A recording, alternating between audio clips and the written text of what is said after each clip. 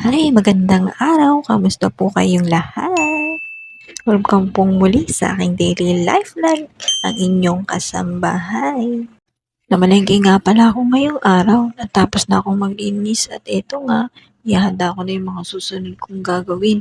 Ito nga pala yung mga basket ng aking mga pinamili. Pinasok ko na nga at isinanansan. Ayan.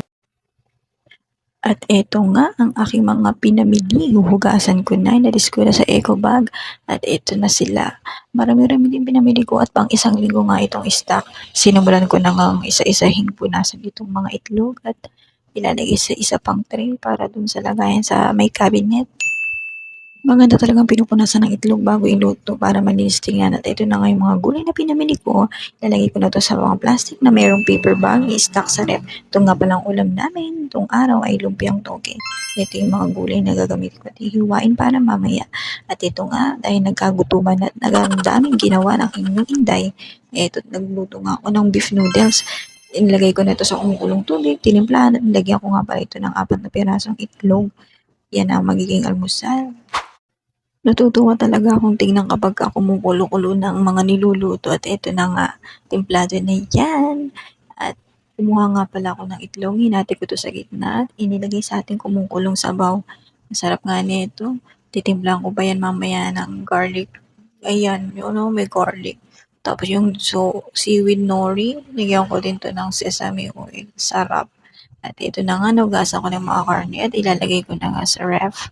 Lalagyan ko nga pala ng asin yung mga yan para just in case mag-rot, di ba nga? Para ma-preserve at hindi agad masira. Siguro ni Bossing yan eh.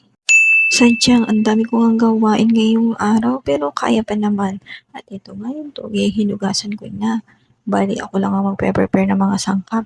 Si Bossing ang magtitimpla. Ako ang magbabalot sa lumpia rubber.